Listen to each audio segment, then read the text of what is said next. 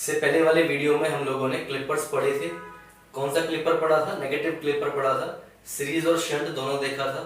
Biasing अनबाइसिंग भी देखी थी। हालांकि मैं कोशिश करूंगा बाइसिंग क्लिपर्स में एक अलग से एक वीडियो बना दी जाए। आज हम लोग पॉजिटिव क्लिपर पढ़ेंगे। पॉजिटिव क्लिपर का सीरीज और शंट यानी कि पैरेलल दोनों सर्किट कॉम्बिनेशंस देखेंगे और वेवफॉर्म कैसी बनकर आएगी जिस पर डिपेंड करता है कि पॉजिटिव होने वाला है या नेगेटिव, उसे भी देखेंगे। तो शुरू करते हैं। बेसिकली हमें किसी भी क्लिपर का ऑपरेशन समझना है, मतलब किसी भी सर्किट का ऑपरेशन समझना है, वेवफॉर्म उसी के अकॉर्डिंग आने वाली है।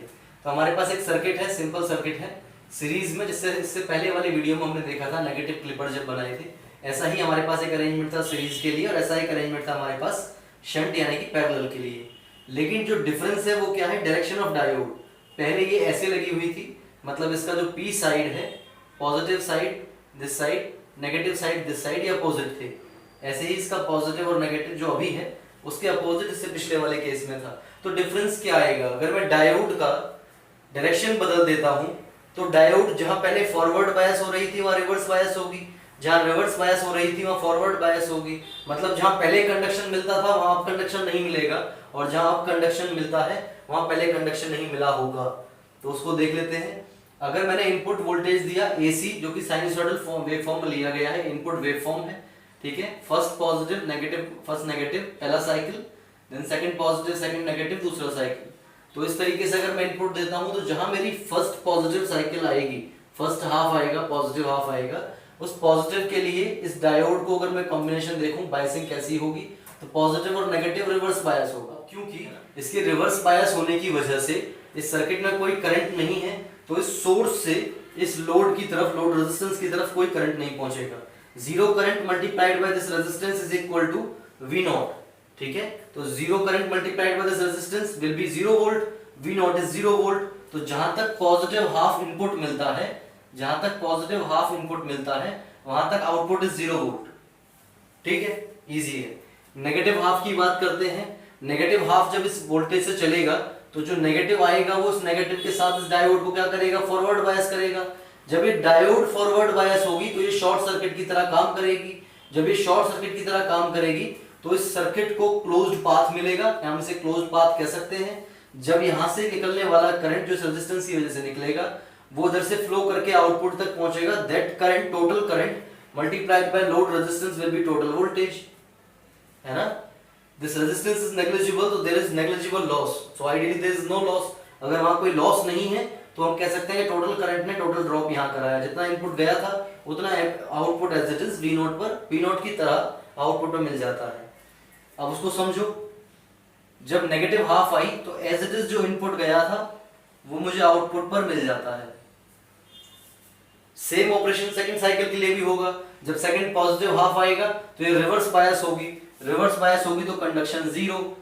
जैसे ही फॉरवर्ड बायस होगी तो नेगेटिव हाफ आएगा तो फॉरवर्ड बायस होगी, फॉरवर्ड बायस होगी तो एज इट इज जो इनपुट आया था वो मैं आउटपुट पे मिल जाएगा। ये अनदर नेगेटिव हाफ आ गया।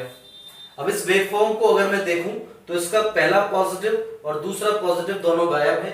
यही वेवफॉर्म आगे रिपीट होने वाली है ना। तो इसका पॉजिटिव जो है वो नहीं रहा, तो वो पॉजिटिव क्लिप हो गया। तो मैं कह सकता हूं this waveform is belonging to और associated with positive clipper circuit, ठीक है। सर ये सीरीज सर्किट था। शंट का ऑपरेशन और शंट का वेवफॉर्म कैसा आएगा उसको भी देख लेते हैं।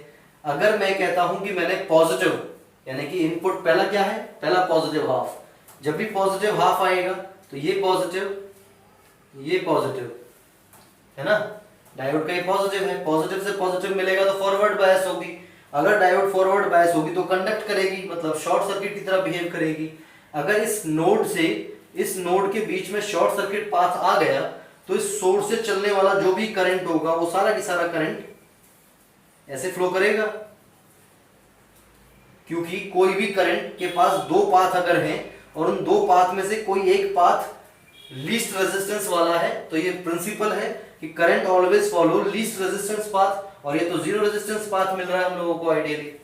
तो इधर से सारा करंट फ्लो करेगा तो आउटपुट में कोई करंट नहीं जाएगा।